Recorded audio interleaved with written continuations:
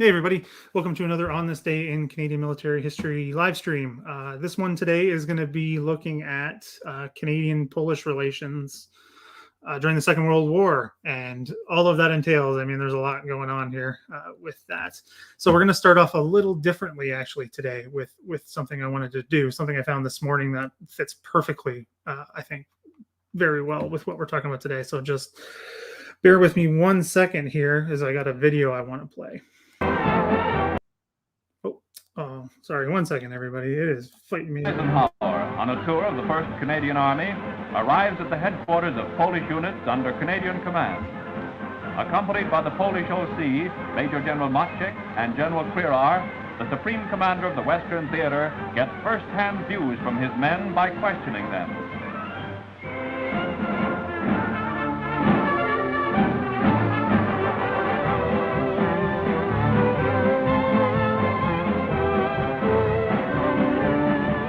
Leader, under whose command so many varied nationalities are welded together into a mighty striking force, is a welcome visitor at a Canadian bridging company. In the scheduled time of 15 minutes, a Bailey Bridge is constructed across a Dutch canal. Like a proud father, the Canadian GOC demonstrates all the phases of Canadian Army activity to the chief. The infantry and armor of a division which gave such a good account of itself at Caen, the Valais Gap, and the drive to Antwerp are inspected in detail. The terrible weapons of offense, the flame-throwing carriers, give a fiery illustration of the way they carried the Albert Canal and other tough objectives. On the eve of the final great assault on strongholds of the Reich, General Eisenhower is confident of complete cooperation from the left of the line, the 1st Canadian Army. So that was just, I think, a really interesting one because it's going to lay out perfectly here what we're doing. So today's guest, I've been trying to get her on the channel for a while. We finally got a time to make it fit. So Jenny Grant. So really looking forward to talking to her about this because she knows so much about this. So finally get excited to chat with her about it. Hey, Jenny, thanks for joining us today. How are you doing? I'm good. Thanks, Brad. Thanks for inviting me on. No, yeah, no problem. Like I said, I've been trying to get you on here to talk about this. We had some ideas back and forth, but I think this is a good idea of what we're going to be talking about. So I was chatting with you before we started about that video. I didn't want to show it to you on purpose first because I kind of wanted to get your overall thoughts about that. There's a few things I picked up on. I just kind of wondered what you were thinking about it.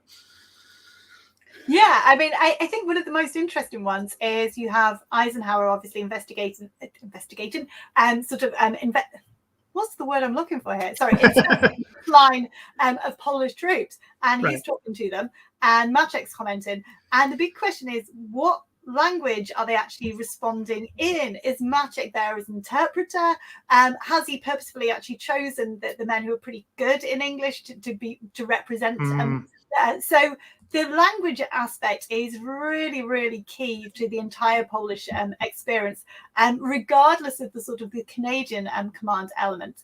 And then I quite like the idea of, with the Bailey Bridges, that the Canadians taking credit for the Polish skills, when one of the things we'll be looking at is they don't really have very much to do with each other at all until they actually meet in Normandy in August.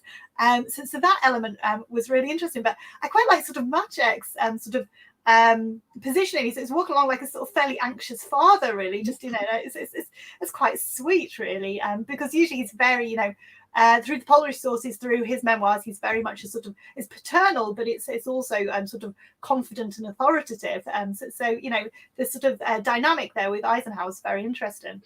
Yeah, I think that's kind of what stuck out to me too. Yeah, because I didn't even think about the language thing. Again, that's why I have you on here, because these are the things I don't think about, even though I probably should with the Canadian Army being sort of bilingual. Anyway, it's something interesting. But again, yeah, the facial things is what I picked up on, because I've seen, I don't know how many times in films I've seen of Kriar. He never changes his face. It's like Botoxed in there. He never changes his face whatsoever. Even in the photo that we'll have in a second here, it's the same face. But Maczek, I'm sorry if I mispronounce. I'm still. I was talking to you before. My fiance's family is Polish. I'm working on it, but it's difficult sometimes to get the pronunciations right. So sorry, but yeah, from what I've heard and what I've read about this, because I've been looking at this for a while now. Like I said on Twitter, since I've been to Hill 262, sorry, and all the different names and everything. We can get into that, but I've been really interested in that. So getting to read about him, and it's just seeing that he didn't really kind of have that sort of representation, I guess is probably the best way to say it. But yeah, that's just kind of my thing too. So it's actually quite nice to see that actually. And well, Norma makes a good point here. A smile for the boys, which I think is, I mean, it's great. I mean, it's not something you see in the Canadian forces, and we'll get to that in a bit. Yeah, but no, yeah, Norma's great. She says hi earlier as well. So, but yeah, anyway, so sorry, that's just a little dovetail. Yeah, so I thought that was a really kind of cool thing. I took a shot, found it, so I went, we're going with this thing. So anyway, so you have prepared slides, which is awesome. Just give me a second here to get that going. So yeah, why don't you start us off and maybe kind of tell people what we're looking at here, just because again, we talked about this earlier, but this picture to me is so fascinating. Yeah, I mean, so this is a photograph taken towards the end of the war. I think it's Holland, isn't it? Yeah, it is. Hotel, and we can see actually it's the bottom, it's the front row from the left. So we have General Stanisław Maczek, who obviously is Polish, and then we've got Guy Simmons next to him.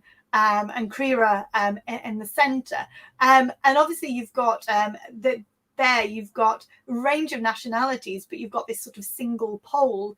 And it really is one of the most interesting elements of, I think, the Northwest Europe campaign, is that you have a Polish division under Canadian command. And it's not a sort of combination that would naturally occur. I mean, I know we see the French under American command under Bradley, for example.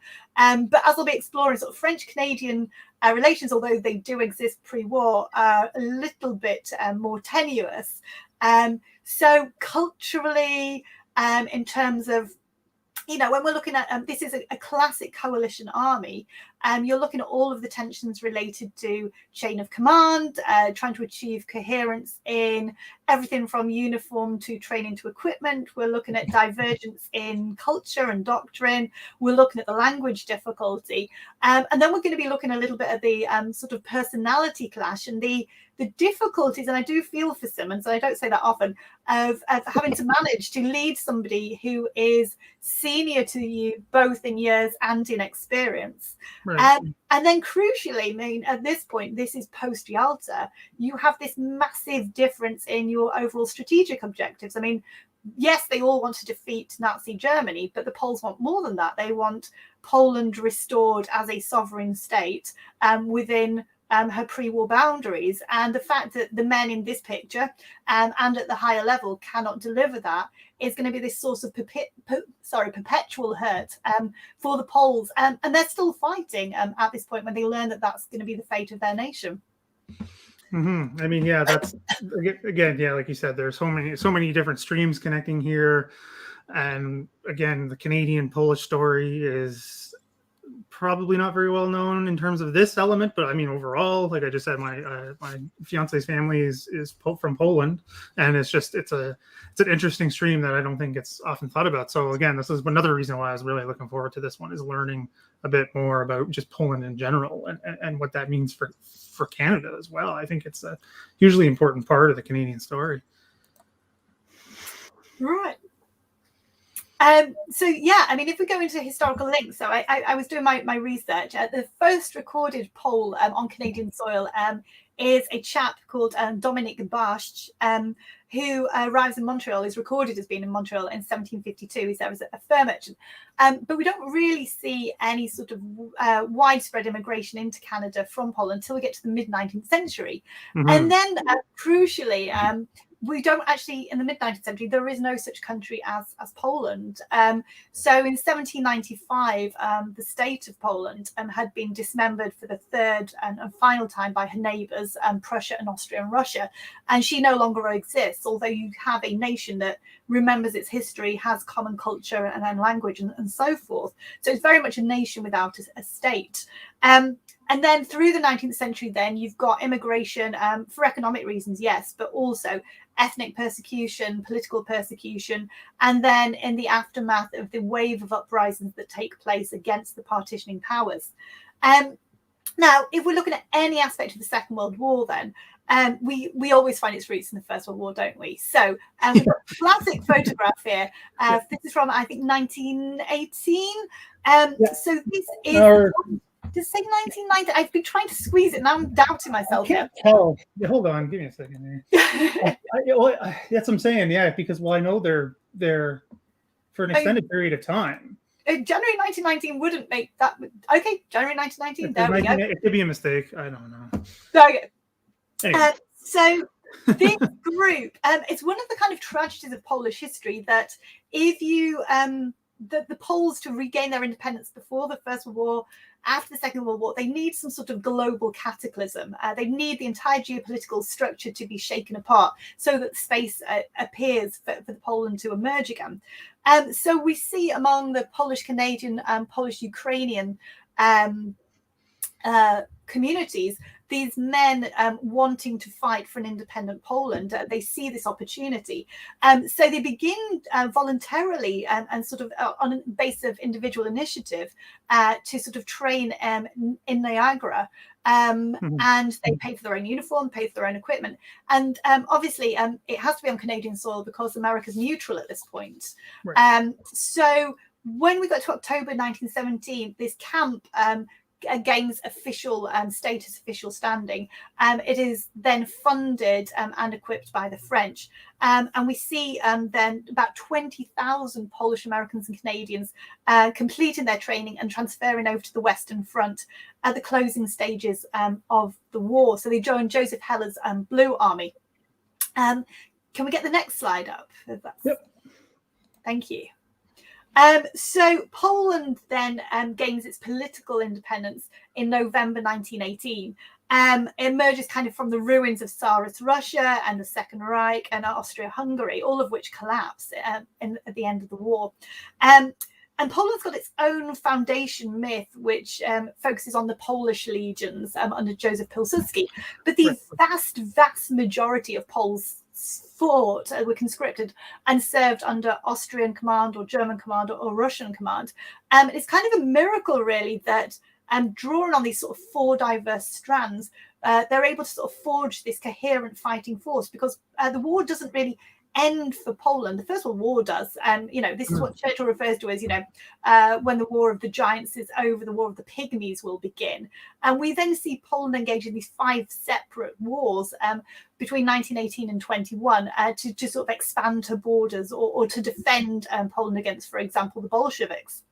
But yeah, just a quick moment. We've kind of stranded these Polish Americans, Polish Canadians that came over in the First World War. So they're a little bit stuck. Some of them, certainly these sort of younger men who don't necessarily have particularly strong ties back in Canada or America, try to sort of, they're very excited to be part of this new independent Poland. They try to forge a new life. And it's quite difficult in terms of language isn't necessarily there. We see that quite often with sort of second generation. They don't have the same fluency. And culturally, it's very different. And we've also, they face this real problem, which is the funding doesn't exist for them to actually get home. No provision has been made for them. So they're kind of sort of stranded and reliant on charity until they can eventually get home. Now, if we move into the interwar period, then Polish-Canadian relations, they're not that intense. I think we might be overstating the case, but they do exist. So, for example, you've got a wave of immigration from independent Poland. So in the bottom left, we've got this international news story. It's a Polish couple who had settled in Canada, and they produced these gorgeous little quintuplets in the late 1930s, for example. We've got little Sasha and Ivanka, and it's very cute. I was very pleased about finding this photograph. You get lots of sort of informal international contacts through organisations like the Scouts, but sports competitions, you get lots of sort of travel and contacts. So we've got, this is 1936 Winter Olympics in Germany, and this is actually an ice hockey match between Canada and Poland. And yes, I feel very smug about being able to find it. So we've got that sort of contact. That's great. It's great, isn't it? Sorry, just to kind of jump in there. I mean, I think maybe from discussions we've had on Twitter, but the way into the Canadians' hearts is talk about hockey for 5 seconds, and we'll love you forever. I mean, that's amazing that they. I didn't even think about something like that they would have, squared off playing hockey. I think that's amazing. Yeah, I mean, I don't know what the result was, and I don't want to trigger a diplomatic incident or anything. They both seem to be enjoying it. We'll leave it at Yeah, that. so everyone had fun. We'll leave it. Yeah, at that. absolutely.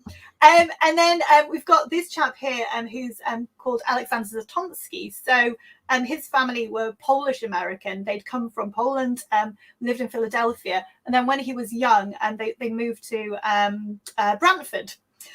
So he, though, is very, very taken with wanting to join the Polish army, Polish Air Force, to serve Poland in some way in 1939. So he travels from Canada to the UK, but the war breaks out, so he's not able to complete his journey.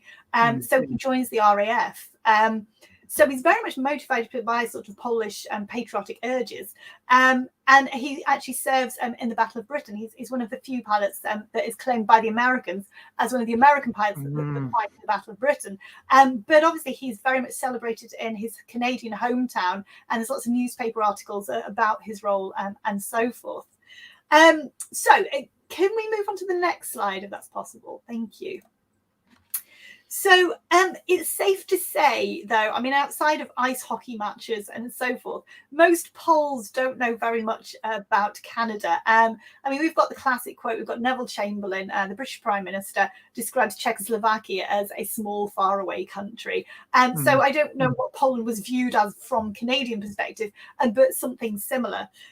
So we've got here, obviously, Johnny Kent, looking rather dashing, who is the A Flight commander of Squadron 303, which is the Polish fighter squadron in the Battle of Britain. And in his memoirs, I mean, he at the time was a test pilot. He's rather desperate to see sort of action in the Battle of Britain, and he gets told that he's got a new posting, hurrah, and it's to be in command of this Polish squadron. So he gets to RAF Norfolk, and there's no planes and there's no Poles, and he doesn't see this as a great opportunity. And he writes in his memoirs that all I knew about the Polish Air Force was that it only lasted about 3 days against the Luftwaffe. I had no reason to suppose that it would shine any more brightly operating from England. Now, Kent is lovely in that, I mean, he doesn't speak any French. We have in Britain this perception that all Canadians are bilingual. It's very much not. And in fact, the Poles are very unlucky in running into lots of Canadians that don't speak any French whatsoever, which is a shame from their perspective. But yeah, so Johnny Kent sort of learns Polish at the same time that they are learning English from him. And he's sort of building up a glossary and so forth. So he's a really nice example of sort of Canadians sort of trying to make it work. But also he's coming from a position of command. And doesn't really have much sense of what the Polish experience is. And we see that throughout, that the Poles, even when we get into the post-war period and you get, you know, my grandparents who passed through Siberia and then settled in the UK, there's no real appreciation of what the Polish experience had consisted of. Right. So, yeah, we were kind of working from this base prejudice of it's a fairly backwards country. Of course, people would want to come here, which is very much not the case necessarily. The Poles in 1939, though, they see lots of potential in Canada. In the first place, they see it very much as in the First World War as a sort of conduit for recruitment for their army and their air force. So if you were an American citizen, a Polish American citizen, you risked your citizenship if you joined a foreign army. So lots of them made their way through Canada. Sorry, you look like you want to jump in, which is... No, well, sorry, I just keeping an eye on the sidebar. I told you, you're talking to a bunch of Canadians here, so the hockey's going to come back up. Okay.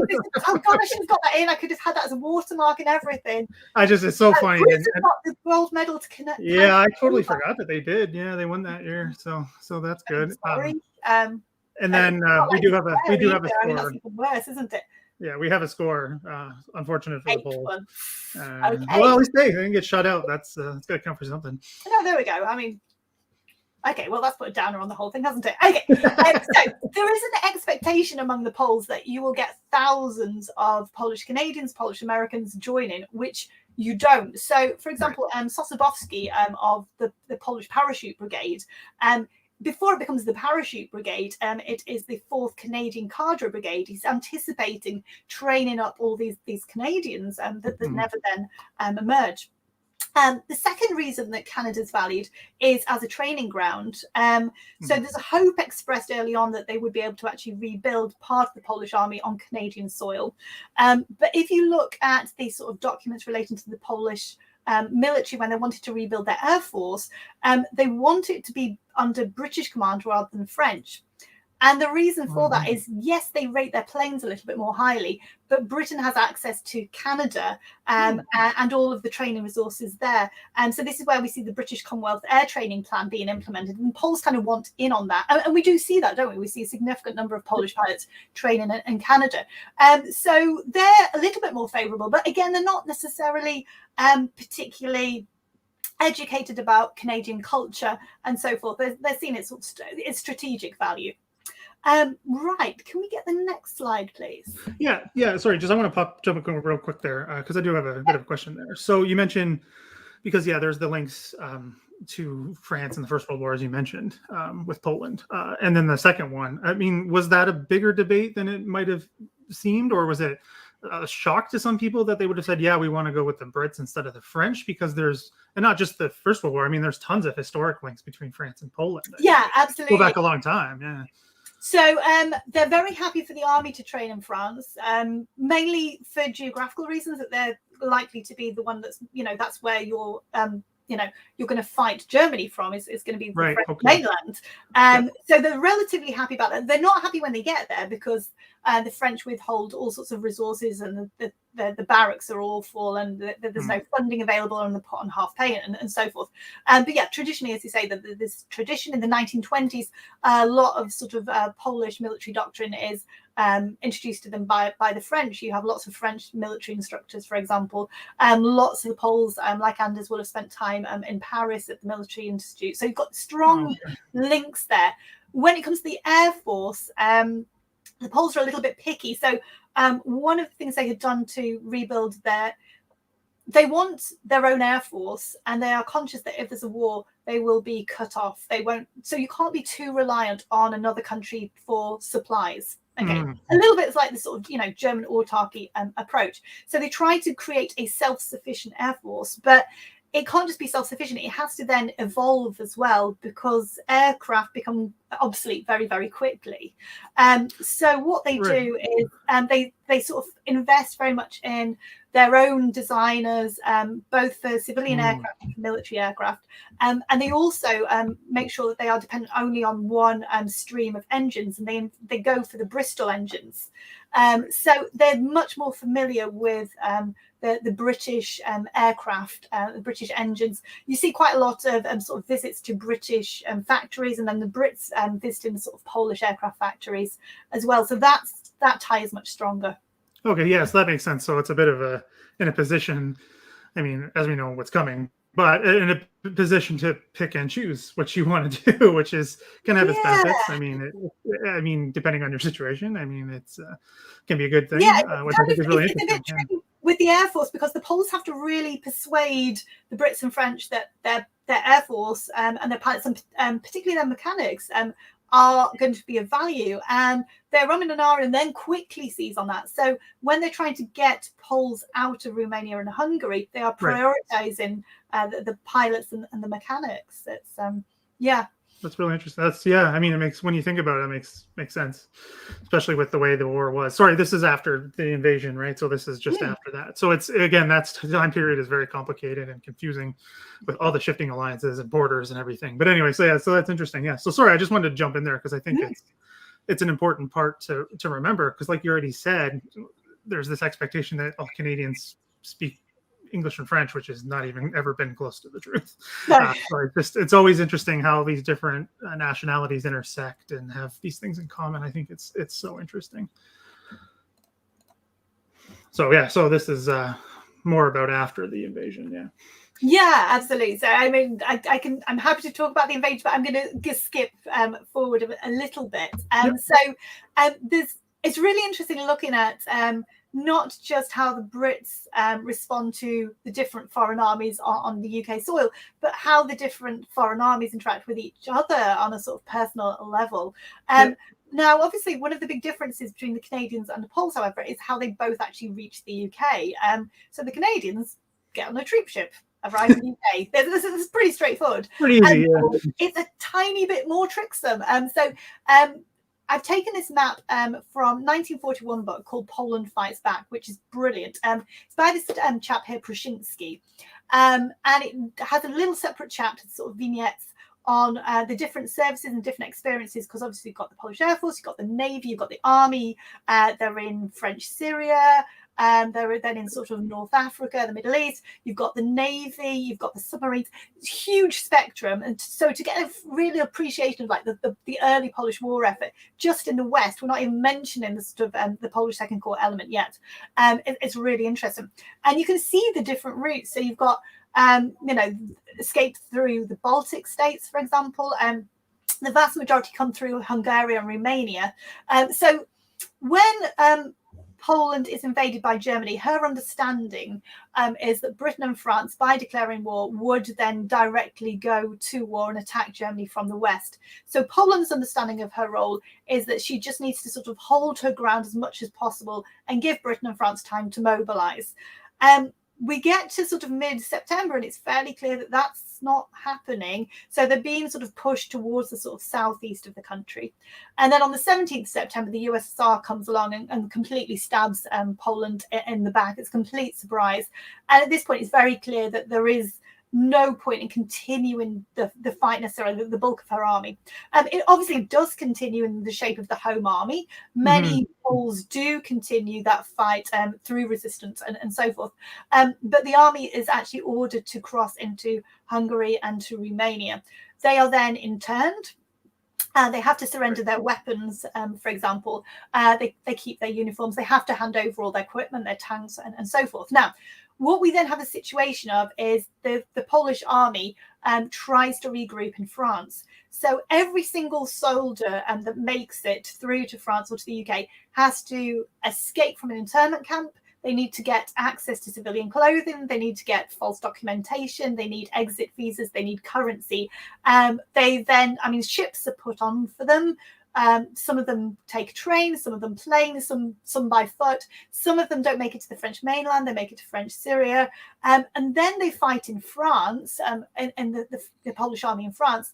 And then for 3 weeks after Dunkirk, they then are evacuated, those that can be, but only a quarter of the Polish army in France actually then makes it to the UK. So what you've got is that sort of 15,000 men with combat experience, with the nous to navigate international borders, to escape from internment camps. And you can just see the chasm and the experience and attitude between the Canadians, who've had a fairly easy gig of this, and the Poles, who have sort of desperately fought their way through to the UK and been defeated for a second time. So you've kind of got this cynicism and morale and experience that they're kind of bringing to the party here.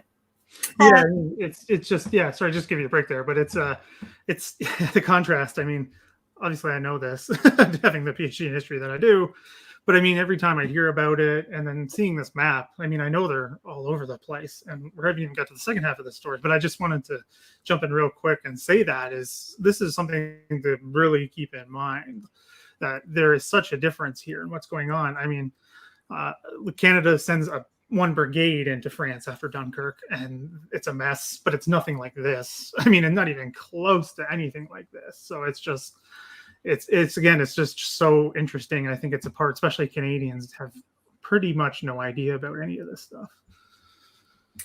There's a really nice link when we're looking at escape routes that Canada's actually involved. So there's this account by a chap called Lieutenant Grimberg. So he finds himself in Vilna under Soviet occupation, which obviously nobody really wants to be there. So he manages to get into the Japanese embassy and secure an exit visa through to Japan. So he gets on the goddamn Trans-Siberian Railway during sort of the autumn of 1939, travels first-class carriage over to the east. Then he travels to Japan, then gets on a ship to Canada. Okay. And then clearly he's trying to work his way back to Western Europe the other way around. Then he gets a train across Canada, and he arrives just in time to actually meet the Polish army and General Duch, who is recruiting among the Polish Canadian community. So he kind of signs up that way, which I just think is a phenomenal journey. That's a long way to go. That's a lot of sitting on a train. Wow, that's a lot. So I mean, I suppose I don't want to dwell this massively, but we then have like the Poles and the Canadians both as foreigners, and they're not necessarily, tourists. They have a job to do, but they're certainly looking at it in fresh eyes. So what are the kind of things that strike them? So, for example, you look at Johnny Kent's memoirs. He talks about the minute size of British trains, freight trains. He just says, compared to the behemoths of Canada, they're just very, very disappointing. That's sorry, just another one that's mentioned. I don't even know how many times in Canadian accounts that I've read. For some reason, it's always that they're smaller trains. It's always mentioned. I don't know why. It's just so funny. Yeah, it's really striking, isn't it? And they complain about the weather, which is, fair enough. They talk about British aversion to central heating. So you've got this damp, cold weather, but you never put on the central heating that you've had installed at great cost. Okay. I was looking at the memoirs of a Canadian navigator, and he was sort of complaining about Scottish place names. He's talking about, when you're navigating, the distance between towns is nothing. Your roads are winding and ridiculous. Why are they not, lengthy and hundreds of miles long? And then, food, English food. I mean, it doesn't have the greatest reputation. So, I mean, I was reading one account complaining about English bacon. I mean, okay, this is English bacon during rationing. So, this is not, but not a fan. The Poles sort of given platefuls of sandwiches, of fish paste sandwiches when they arrive in the UK. That's not a hit. And then we see, for example, when they sent up to Poland, they basically go on hunger strike. They sort of beg for the British cooks to be replaced by Polish cooks. And could you just give us the vegetables, the raw vegetables, and that we can make something out of? Because Christ, what you do to a potato is unimaginable. So we've got that element going on. Yeah. We've talked a little bit about the language issue, which is additional for the Poles. So we talk about Sosabowski runs into his first English word on the ship that's carrying him to the UK, which is lavatory. But most Polish wouldn't learn English at school. They would, certainly the military would know French, certainly the officer class, and that was actually taught at Staff College. You would also, they quite often speak German and or Russian, which again isn't massively helpful in the UK in the 1940s. So it's not that they're averse to learning languages. A lot of them are sort of trilingual at this point. But it's problematic. And the interesting thing is it's never really taken in hand. So they're sort of given survival English. So they arrive in the summer holidays in Scotland, and you get lots of Scottish teachers and students sort of giving them survival English. They do have lessons sort of quite often. And I've got all these lovely books which are sort of inscribed as gifts to teachers. Fish-based sandwiches. I apologise. Well, we actually we got some. Actually, we have one in favor,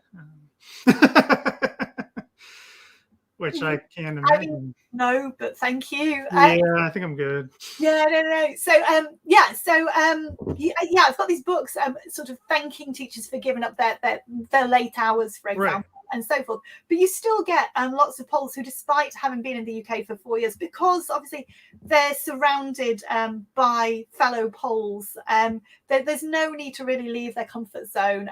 So although you get like the famously the fighter pilots are absolutely drilled in the vocabulary needed because of the Dowding system, for example, and there's kind of an expectation that they will still be operating within Polish units under Polish command.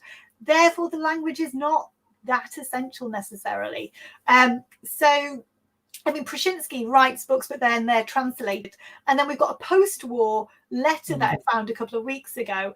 And he's writing in English and clearly feels quite confident, but it's not very good English. I mean, don't get me wrong, my Polish is pretty lousy at the best time, but it's it makes sense, but it's not good. And given that he's an educated, talented man who's fluent in Polish and in Russian, it's really, they're not getting that immersion in the English language. And then one of the things we were talking about from the earliest clip is it's really hard to tell how the Poles communicate with other nationalities, because quite often the minutes of the meeting won't refer to an interpreter, or if somebody's recording a diary, they won't talk about that. Most often they speak in French, but the English English men, even those who are expensively educated, the focus was on them mastering the manly scientific art of grammar and not the sort of girly feminine art of conversation, which is kind of problematic in this scenario. So And accommodations another one, because I mean we don't have a massive standing army in peacetime Britain, so the accommodation's not there. So I was reading, is it a Canuck in England, the Howard Clegg book's brilliant, and he's talking about they're in bell tents, they're in slit trenches, they're in barracks on occasion, and in best cases sort of billeted with some nice sort of middle class lady who'll sort of show him how the bath works and so forth. And the Poles, yeah, I think it's in the next picture. If we can just move on. Yeah, so if you have a look there, so there, there's huge numbers of Poles arrive. They're stationed in Scotland, and they're put in these bell tents. And yes, this is an extreme photograph, but it's pretty graphic, and you can kind of see why morale of the Poles when they arrive is so sort of lousy. And one of the excuses given for them, just not bothering to salute their officers, for example, is that they were concentrating too hard on not slipping in the mud. So you can just see that they're fairly dispirited. And this is a cause for concern. On a weekly basis, the British War Cabinet meets to discuss morale, equipment, sort of any events involving these different exiled armies. Because obviously it's not just the Poles, you've got the Dutch and the Belgians and the French, for example. So they're put to work because you want to keep them busy. And they sort of build up the coastal defences, and sort of they operate as sort of sentry duty and manning the east coast, because there's anticipation possibly of an attack from Norway once the Germans take over Norway. Okay, so yeah, where are we? Okay, so if we go on to the next slide. Right, so from February 1942, this kind of diverse group of Poles, and this is the First Polish Corps is formed of veterans from the September campaign. It's formed of sort of volunteers, writers, academics. It's formed of sort of Polish emigre volunteers from sort of Argentina, from France, and from America. So it's very, very sort of diverse grouping. They get permission from the British then to form an armoured division in February 1942. And then they start sort of training properly at this point. So they've been based in Scotland for a good couple of years at this point, and then they move down to sort of Newmarket and Bovington, and they're sort of giving them mechanics training, they're giving officer training, and so forth. You can see sort of communications exercises. So yeah, if we go on to the next slide then. Okay. Right, arrival in Normandy. So this is a little premature. We don't see a huge amount of Polish-Canadian interaction before this point. There is, in August 1943, there's a brilliant Polish-Canadian exercise called Exercise Snaffle, which just sounds great. And that's based in the, what's it called, the Stamford battle area. And both groups, it's the 5th Canadian Armoured Division and the 1st Polish Armoured Division, have to, the task is that each of them has a mine with some valuable minerals, and they have to capture it. And the Poles absolutely wipe the floor with the Canadians, to the point where we're not quite sure whether, as a basis of that, the 5th Canadian Armoured Division is sent to Italy rather than given the task of joining in Northwest Europe. So that's kind of where we're at. And then we kind of arrive in Normandy. Now, they weren't sure. They've been tasked with being this armoured division. They're then sort of visited by Montgomery in early 1944 and Eisenhower. And then they are told then that they will be part of the Northwest Europe campaign, but they're not going to be one of the primary divisions. They're going to be one of the 39 follow-up divisions. Right. Yeah. Sorry, can I just jump in there real quick? Because I had a question about the different sources of, because you mentioned the original cadre there of the September campaign veterans and all the fighting and everything that entailed. What about, and we didn't touch on this, but the prisoners that were taken by the Soviets after their invasion, was any of that brought over? Did they make it a sizable number in the division at all? Or? Yeah, and not necessarily a sizable number. So yeah, so you've got the Poles and both the sort of the army and the civilians that have been deported to Siberia, where you've got something like a 50% fatality rate. So this is the route my grandparents take. And then they're sort of given permission in 1941 to form a Polish army on Soviet soil, which under General Anders but they're kind of starved of resources and so forth. So eventually they get the permission to move over towards the Middle East, and they arrive in Iran and Pahlavi. You do see, interestingly, a few Poles from the area arriving in Scotland. Sosabowski makes direct reference to them about their sort of physical state. And we see, where was I reading this? Oh gosh, it's gone. And the Poles are actually, that have survived Siberia, are actually sort of mocked by the other Poles. The Carpathian Brigade, for looking like skeletons, for example. So they're physically very broken by this. We do see Poles then come in and playing a role. I think there's a very young lad actually who dies early on in the Northwest Europe campaign who'd come via that route. So yeah, I'm not quite sure on the numbers, but we get those groups, and then we also, once we entered sort of 43, 44, we get Poles that have been liberated who had been conscripted into the German army, then coming over as well. So it's an incredibly sort of diverse group. Yeah, I just think it's interesting because we're not doing Italy, because there is some interaction between the Canadians and the Poles in Italy, but not very much. They are kind of fighting together, but not really. Anyway, again, because Italy is kind of complicated and how these things develop, and you got the whole Monte Cassino part in the Liri Valley and all of that. But it's always interesting to connect to the Soviet part, because again, it's talked about, but again, they mostly go to Italy, if I'm not mistaken. Chunk of them most of them go to Italy and fight there. And again, that's a whole other theater that has its own interactions and concerns and everything. So, but I just wanted to double check because it's a huge part of the story. It's just, I'm just not sure how many made it to Britain, but that would make perfect sense that they had a pretty rough go being under Soviet. Well, they're thrown into the gulags basically, right? So it's not an easy way. But yeah, so I just wanted to double check on that. Cool. All right, so you want to get into Normandy now? Yeah, let's get to Normandy. So this plaque then is erected 2014 on the 70th anniversary of the Normandy landing. So it's in French and it's Polish.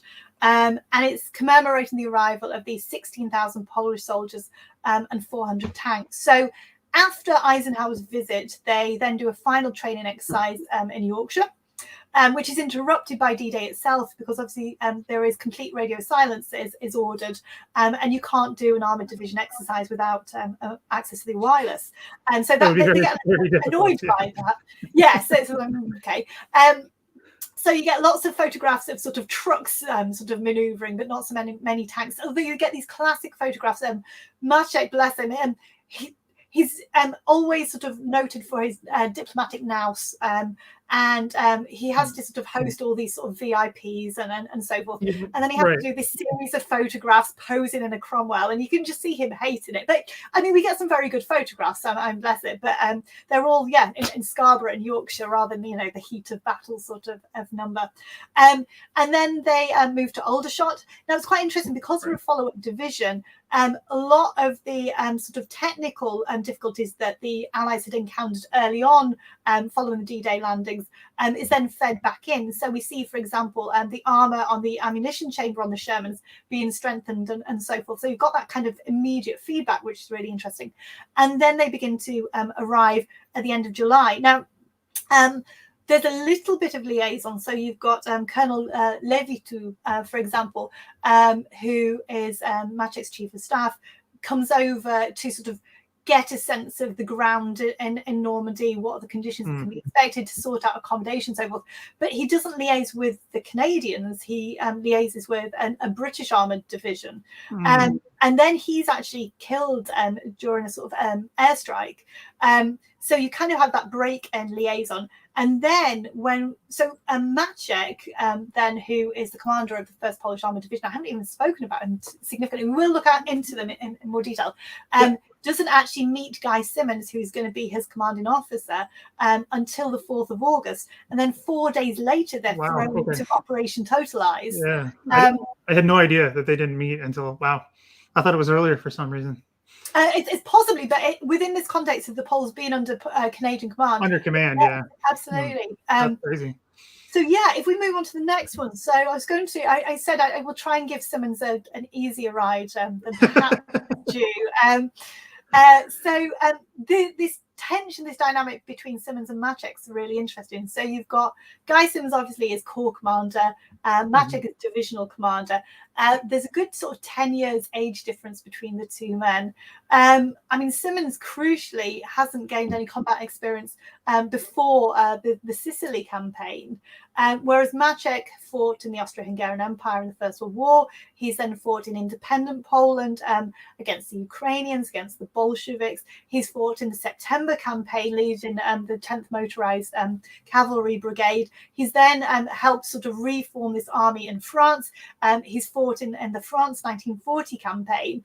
And then he's played this real role. And we were talking about how low morale was among the Polish army in sort of recreating the Polish armored division and dealing with all the tensions, because obviously they're creating it from scratch. There's all of these sort of different units and assigning responsibility and all of these egos and so forth. So in terms of just the chasm of experience, and Maczek is known as Bata, which means sort of shepherd, this idea, all of the reviews that he undergoes in sort of interwar Poland comment on his stamina, his intelligence, his diplomacy, his leadership, his training skills, which I think forms quite a sharp contrast to Simmons. Maczek is something that people warm to. I mean, his memoir is just full of just sort of fairly gentle dad humor. It's very, very warm. He's a massively sort of intelligent, principled guy, and then he sort of has to work with Simmons, who obviously is coming from that sort of English class background, is very young, very ambitious, and they've got very different ideas about the use of armor as well, which is quite interesting. And so we see really the relationship. It survives. I mean, obviously it has to survive. You don't get to choose your sort of commanding officer. But when we're looking at sort of totalize, we see Simmons really sort of trying to micromanage it. Whereas as the campaign develops, the Poles are given a lot more freedom, and that suits Maczek. He's not used to taking orders. He's much more used to sort of the initiative on the ground. So if we have a look at the next slide, then I'm not going to go into totalize in massive amounts of detail. So this is kind of the first combat experience for a lot of the Poles, certainly since France 1940. And it's not successful, is the key point. So, I mean, obviously it's pretty dispiriting that an Allied airstrike actually causes the first Polish casualties on French soil. So that's another experience, that the Canadians have too. They get hit in that same raid, actually. Absolutely, which again has been talked about at length by many other historians, but absolutely. So the Polish and Canadians, their supply column gets attacked, and then you've got Maczek, who is bringing his experience to bear, and he's sort of used to consulting and speaking freely, and he's criticizing Simmons' initial plan. He's saying we're attacking on too narrow a front. The Germans have dug in. This isn't going to work. He says, they tried, but it is failed, and it's very, very costly. And so I've been reading Yamar's.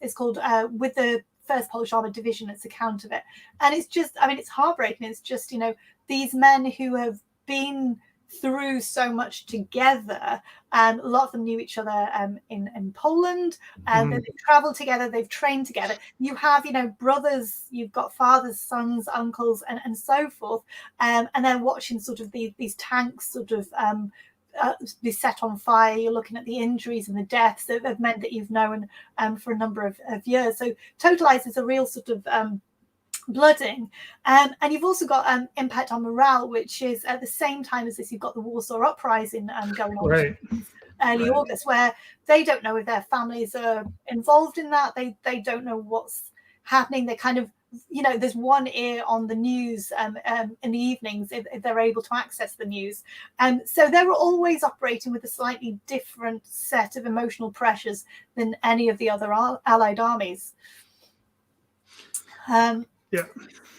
So if we go to the next one, so I was going to talk very quickly about this kind of pivotal event, which is the Battle of Hill 262. So it's called by Monty the cork in the bottle. So I'm sure most people here are sort of familiar with the sort of Falaise Gap. So you've got this the sort of northern sort of arm of the sort of Canadians and Poles sort of reaching over the northern part of the German Seventh Army as the Americans are sort of coming through from the south. And the hope is to actually cut off the retreat by sort of creating this pincer movement, which occurs at Chambois, and trapping the bulk of the German Seventh Army so that they can't get past the Seine and regroup. And now it just so happens that the Canadians and the Poles are at the eastward point of this. So Montgomery directly speaks to Maczek and gives the order that the Poles they will split. Half will take Chambois and half will take this area called Hill 262. Now, if you're looking at a map, Hill 262 is basically two hills which are freakishly the same height that overlook this main. Which it's really weird. Yeah, sorry, it is because like I said, I've been there, and it's. Yeah, you'd be like, no, it doesn't. And then you look and you're like, oh, it does. It's really, but that's why it's the spot though, right? That's, well, obviously the Germans have something to say about where they're trying to get across, but then you have all the things with streams and rivers and everything. I've talked about that before, but it's an interesting place to, why it is there, but also, you think like, no, it can't be. You see it on maps because they're literally named the same, right? Because they're named after their heights. And you're just like, what? This is so confusing when it's already really confusing. So I just another one of those things in history where this, the truth is stranger than the fiction, I suppose. No, absolutely. So Maczek, I mean, he's gained experience when in mountain warfare during the First World War. He is a map expert. He loves his contour lines, bless him. And he sort of quickly identifies you've got this one route going through to Vimoutier. You've got these. If you can take both of those hills, you absolutely command the escape route, and you can see the area around. Because obviously you've got Germans within the pocket itself, but then you've also got Germans to the north and the east operating sort of freely. When we look at the cork in the bottle, the title of this talk was The Polish Battlefield. And this is, it's not a professionally ordained title. This is a sign that was created by Canadian soldiers to honor the Polish sort of sacrifice and endurance that they managed to capture Hill 262 North.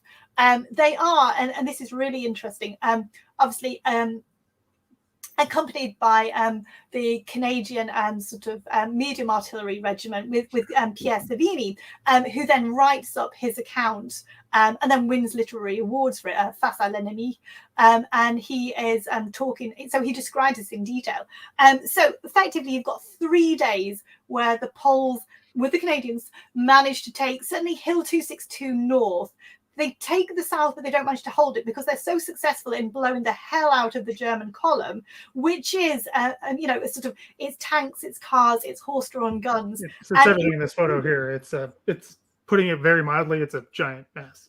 Absolutely. And then, you get all the smoke blowing up, and then you get the ammunition. And so they actually sort of lose sight. So they basically hold Hill 262 North, which they refer to as the Mace or Machuga. Okay. And it's very, very difficult for reinforcements to get through to them. So if I can just try and find my little quote from Savigny, because he writes really well. So he's talking about he's with the Polish major, and this is, I think, on the second day. So for 3 days, you've got this first Polish Armored Division holding out against these increasingly desperate German soldiers, many of whom surrender en masse, but some of them are really fanatically fighting to the end. You've got increasing amounts of coordination, but then you've got sort of these sporadic attacks coming up. They have gone into this when Monty gives the order, and they haven't had an ammunition refuel. They haven't had the supply lorries through. They're short of water and they're short of ammunition, and they're going into this position, and they hold out for 3 days. And the actual conditions on this hill are horrendous. So you get mass surrenders, and the Germans are sort of loosely held in this clearing that is being pommeled continuously by the German artillery. So you've got huge amounts of injuries there. You've got, for example, the hospital, there's no way of evacuating the wounded. So they're having to do amputations. They're going to have to do blood transfusions. The ambulance gets hit, for example. And so the casualty rate's massive. And it's basically hand-to-hand fighting increasingly. You've got sort of accounts of tanks being sort of clambered on top of, and you've got the commander sort of having to come out of his turret with his gun and so forth. Yeah. Sorry, can I just ask you a question about, because this is a question that's kind of been bothering me for years that I can't find an answer to. So I'm kind of hoping you might have an insight. Oh, I mean, God. tiny, but I've heard again at that fighting where it cuts to that hand-to-hand point, because like you said, the resupply is non-existent for 3 days. I've heard that there's accounts of them fighting with bottles because they run out of ammunition. I don't know if that's just something because it makes a good story. I don't know if you've ever even heard that. I've not heard bottles. I mean, I know they're using their sort of anti-aircraft guns, for example, and pretty much everything else. And there's brilliant accounts. For example, there's a Polish officer lays down to sleep and he wakes up next to a German who had come to surrender and then not being able to find anyone, so he kind of just lay down and hoped for the best, sort of thing. I haven't come across the bottles story, but I mean, it's just so incredible. I mean, there's if I can just read this section from Savini. So this is the second night. He says, the Polish major called his officers together, and this is my favorite bit of the whole thing, and he spoke to them all in French for my benefit. I mean, gosh, I mean, that's the heart of the Polish-Canadian relations, isn't it? Yeah, and he says, gentlemen, he said, the hour is grave. The brigade is completely isolated. The enemy is still fighting. His only escape routes are those that you see to the right and to the left. There is nobody except us who can stop them. That is what we shall try to do. Surrender is out of the question as Poles. So this is what I propose to do. The infantry will hold the lower ground and will withdraw to the higher ground only in the last resort. The tanks will remain here in the little wood with engines stopped to save petrol. And he's talking the next night. He's actually wounded. Just going, I don't think we're going to make it through the next day because there's no sense of reinforcements. And then finally on the third day, on the 21st, they hear the engines of Sherman tanks. And Savini leads this group out to sort of make contact with them so that they don't sort of, and he says, and then leads them back to the Polish position. He says, when we reached the command post, the Polish major greeted us. He was shaking with emotion, and I became part of a scene of delirious joy. We laughed, we wept, we embraced each other. Another favorite bit, the soldiers told long stories in Polish to the Canadians, who understood not a word, but nevertheless burst into peals of laughter. Yeah. So yeah, it's pretty awesome. It's pretty awesome. Now, look at the state of this. This is 3 days of these men being beyond exhausted. I think Savini refers to only 70 men are actually unhurt. And then the Poles, they're an exile army. They don't have this huge pool of reserves to call upon. Right. So it is discussed on whether or not the Poles should actually withdraw from the campaign at this point. Right. And Maczek's going, we're in Normandy, we have orchards, it's late summer sunshine, this is rather pleasant. And we've had an absolute blooding. But his point is that he can't imagine that any of the fighting that will happen subsequently will be as intense. He's, why should the British and the French and the Canadians and the Americans take these laurels? We need to. It's always that sort of political element. The Polish army is not just a fighting force; it is a political presence. It is a constant reminder of the need for an independent Poland. So sorry, that leads me to a question I had earlier, but I wanted to ask at this point is: does the uprising play a role in this? Is that recorded in any way? Whether with the ferocity of the troops on the ground or the decisions afterwards, does that play a part at all, or is it just kind of like a subtext maybe? I need to read more. I mean, they are constantly aware of it. When they cross the Seine, for example, the bridges, it says it's the Warsaw Bridge. It's to remind all the allies that go on that they are ultimately on their way to Warsaw. They are getting their news as and when they can. It's certainly one of the factors Maczek mentions is that they cannot conceive of relaxing, taking a back seat while the Warsaw Uprising is ongoing. So that very much spurs them into action. That kind of very much sort of is there emotionally. But you've got people like Skibinski, for example, who's sort of Maczek's right-hand man. His sisters are in Warsaw, for example. When we've got Sosabowski, I mean, obviously he's still in the UK before Operation Market Garden. His wife is there. He thinks his son's there, for example. It is very, very personal. Regardless of the actual sort of military situation. I mean, one of the things that was reading in Yamar, he talks about, we knew what Tiger tanks could do, and we know that our people in Warsaw have no way of defending themselves. They don't have the Shermans, they don't have the anti-tank guns to face up against it. So they cannot really conceive a way that this is going to end successfully. But that was kind of the Warsaw Uprising was supposed to be a little bit like with the First Polish Armored Division or the Air Force. It's this this flashing sword, this reminder that there is a Poland that deserves to be free at the end of the conflict. It was Yeah, it's definitely something that is not in the Canadian context, right?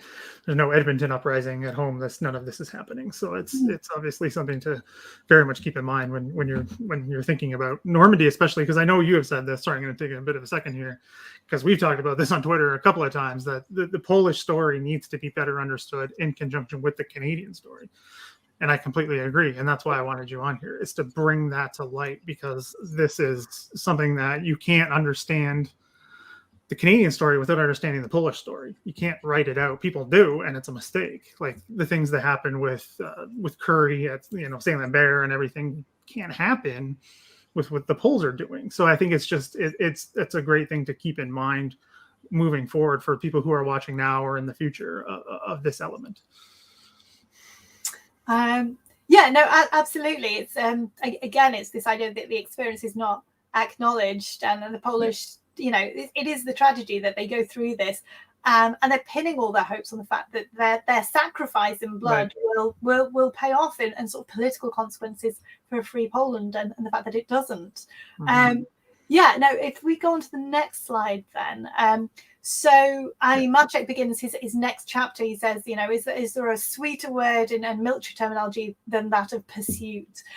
So we then see the Germans very much sort of falling back, town by town, canal by canal, river by river. This again, a fairly extreme road. So the route that they're now taking, the weather's changed, and we're moving. Certainly once we reach Holland. It's really difficult going for an armoured division. It's very narrow causeways. It's very low lying. You've got bridges have been sort of destroyed, so you're having to pause your entire column in order to fix those. And again, your sort of casualties are sort of being picked off here and there. It's pretty sort of dispiriting. And Maczek sort of is quite critical. He talks to Simmons about the potential sort of routes that they could take, and says that he made a decision. Simmons makes a decision to give the Poles the more difficult access. So he's not particularly best pleased with this, but it doesn't have the sort of the easy sort of successes. But if we move on to the next slide, So the Poles have this slogan, which is for our freedom of ours, which we think comes from sort of the 1830s. And we see Poles playing this role in all these sort of independence movements, independence armies.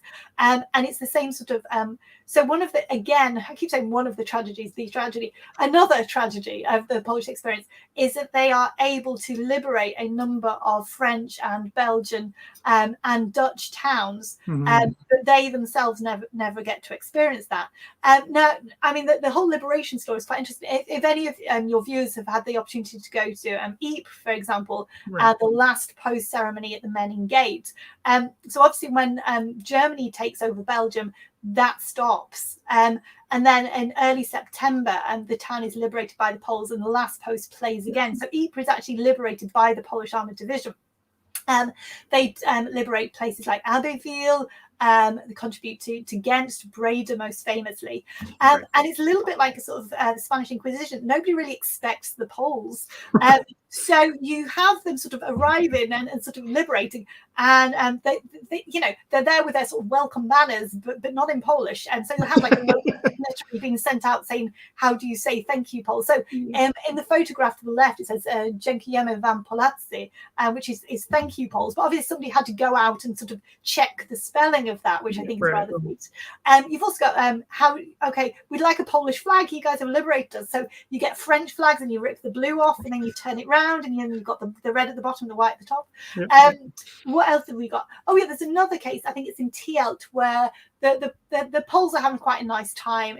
As they liberate, they sort of you have all these photos of and like hands out the side of the tanks to be given bottles, for example. It's pretty good being a liberating force. And they go into Tielt singing Polish songs, singing Scottish songs that they'd learnt during their time in Scotland. And then a big banner goes up saying thank you to our Scottish liberators. It's quite sweet, really. And then just to put a massive downer on it, let's move forward to Yalta. It's unavoidable, but very, depressing. Now, I do hope you appreciate the effort that went into the juxtaposition of the big three at Yalta here, and we've got our Maczek and Simmons and Krira here. I mean, okay, it was a cropping exercise, but I felt quite good about it. So obviously at Yalta, Stalin pushes for Polish territory for the sort of eastern third to be taken from Poland, and that they would be compensated with German territory. So on the one hand, he then permanently weakens his old enemy in Germany, and then expands the area that he is going to sort of then sort of take over for the next 50 years under sort of Soviet control to begin with, certainly influence later. And Churchill isn't happy about this, Roosevelt isn't happy about this, but they don't really see what they can do. You've got the Red Armies occupying this territory already. So the news then comes through. The Poles are in Holland at the time, sort of February 45. And they're listening into the radio cars. Now, Maczek, a good number of his troops, my granddad came from Lvov, for example, which is one of which was one of the cities that was going to be signed over. Well, you're suddenly learning that after all of the sacrifice, you're not going to be able to go home. It is absolutely heartbreaking. So Maczek then actually records it in sort of quite a lot of black humor. The officers, his commanding officers, sort of trying to work out, will the Poles actually fight? What have they got to fight for? How do they actually feel about this? Because they do feel actually quite wretched to their credit about the situation. So he talks about you've got the British commander come in and sort of having having dinner and wine, and then they get to the sort of coffee stage, and he sort of mutters something about, as military men, we shouldn't really sort of get involved in politics, and mutters off in his sort of British way. And then Krira does the same. They do dinner and they get to the coffee stage. And Krira he does mention that, he's very sorry for the situation that the Poles and the gallant Poles find themselves in. And then you get Monty. Obviously, you send him in as your diplomatic heavy hitter, don't you, dear God? So he's there with his dogs, Hitler and Stalin, and they do dinner, and then they get to Yalta at the end. And Maczek as well. This is a disaster, isn't it? Lvov is my hometown, and many of the men come from Eastern Poland. And Monty goes, "Oh, everything will be fine. I mean, they'll just make you into a Soviet general after all." And you just think, great. So Maczek at this point makes some comments about how would you like to be an American general? And there's a political officer in there just sort of stirring his coffee frantically, trying to avoid anybody's eye at this point. It's incredibly awkward. But the Poles do continue to fight. They are conscious, that they need to defeat Germany. Even if they don't quite know what's going to happen once the war ends. So if we move on to the next slide then, we'll sort of begin to... So 5th of May then, 1945, this is a fabulous scene. So you have Simmons is seated, he's sort of chairing this meeting, and German officers are brought in, and he's there to sort of explain what the terms of surrender are. So Maczek sort of describes this. So you've got General Strauber, and he says, with an impatient gesture, General Simmons interrupted him. "You're not here to negotiate with us, but to listen to the terms of unconditional surrender." It's quite cold. You can imagine him, can't you? Gosh. And then he goes through the terms of the surrender. And then Maczek talks about, he begins to sort of drift off. I love that he admits that. And he's reflecting on, the 5 years that have brought them all to this point. And then he sort of tunes in a little again as Simmons is explaining which particular units of his corps will take over which particular section of German territory. And he listens to the Poles. The Polish Armored Division will be given the surrender of Wilhelmshaven, which is obviously this absolutely crucial German naval base. But And he talks beautifully that the Germans, obviously, they've got other things on their mind. They hadn't twigged the Polish uniform. And then he writes, and I love this, there was no need to remind them, he wrote, that they had unleashed this terrible conflict by attacking us, and that today they were surrendering their arms in the presence of a commander of one of the Polish units which had never ceased fighting. The Polish division would occupy a section of territory in West Germany. In our long history of conflict with Germany, this would be a first. Mm-hmm. I quite enjoy. Yeah, it's just because it's so accurate and its simplicity, because it's just true. Yeah, absolutely. And so there is this sense of gratitude that Simmons gives this honour of Wilhelm Hazen to the Poles. It does mean a significant amount to them. Right, I'm going to go on to the next slide here. So one of the things that we've talked about, we tend to sort of send the men home again at the war, or, in the case of a lot of the Poles, back to the UK. The Polish Armoured Division actually remain in Holland and in Germany as a sort of army of occupation. And they're helping with all the sort of displaced Poles from the liberated camps, for example. And Maczek returns to Scotland. But we obviously have the men who remain. And this is quite interesting because it kind of gives us an insight into the different allies' views of how strong that alliance was. So, for example, the Imperial War Graves Commission early on say they will apply the same treatment as they had in the First World War to not just men of the Empire, the Dominions, but also any sort of allies that die on British soil, as it were. And you see that their preference is very much for sort of mixed cemeteries, where it looks like there was this sort of, the ally, this unity of effort. So you get this at Bayeux, for example. The Poles ask that they can that they can move some of the Poles from Bayeux to their dedicated Polish cemetery. And the IWGC says it would be a shame. At the moment, they're sort of mixed with all these men that they died with, and it commemorates this stage in the campaign. But you do see this pulling apart afterwards as the Brits want a national cemetery and the Canadians want their national cemetery, which is the one on the left, and the Poles argue for their national cemetery as well. And we sort of see the breakdown of that alliance and sort of allied unity in the sort of commemoration after the war, when the cemeteries are then secured and then the headstones are sort of created. So if we move on to I think what should be the final slide here. I'm conscious I'm taking you over the hour. I do apologize. It's all good. People are still enjoying this, so that's good. Okay. So, what happens to Maczek and the division? Well, around half of them do actually return to Poland. The officers particularly have a particularly hard time. If you think about somebody like Skabinski, we were talking about, where his family's in Warsaw, for example, he's treated with suspicion. He's actually interrogated. He's tortured. He's sentenced to death.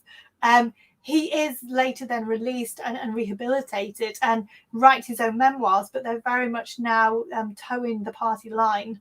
Maczek himself, well, there isn't, he has his citizenship stripped from him by the new Soviet-controlled government in Warsaw. So he can't return to Poland. And there isn't a career in the military for him. There is no Polish army of legitimacy to be had in the UK. And so he ends up having to work in sort of various positions to support his family. So that includes being a sort of barman in a hotel in Edinburgh, for example, until he retires. Now, obviously, that's kind of the life that he leads in order to survive. But at the same time, he remains kind of the heart of the sort of the Polish exile community in Edinburgh.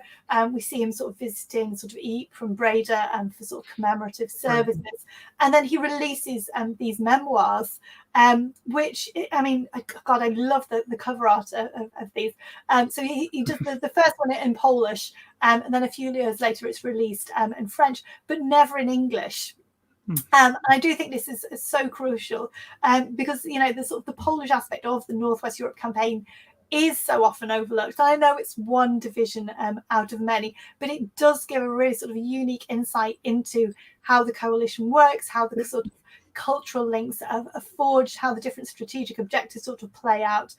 So I'm really, really thank you for sort of giving me this opportunity to sort of share this with your audience this evening. These are both fascinating books. If anybody, I do strongly recommend reading them. They're really, really great, really powerfully written. Is there English? Sorry, just real quick. Is there English translations available now, or are they still only original?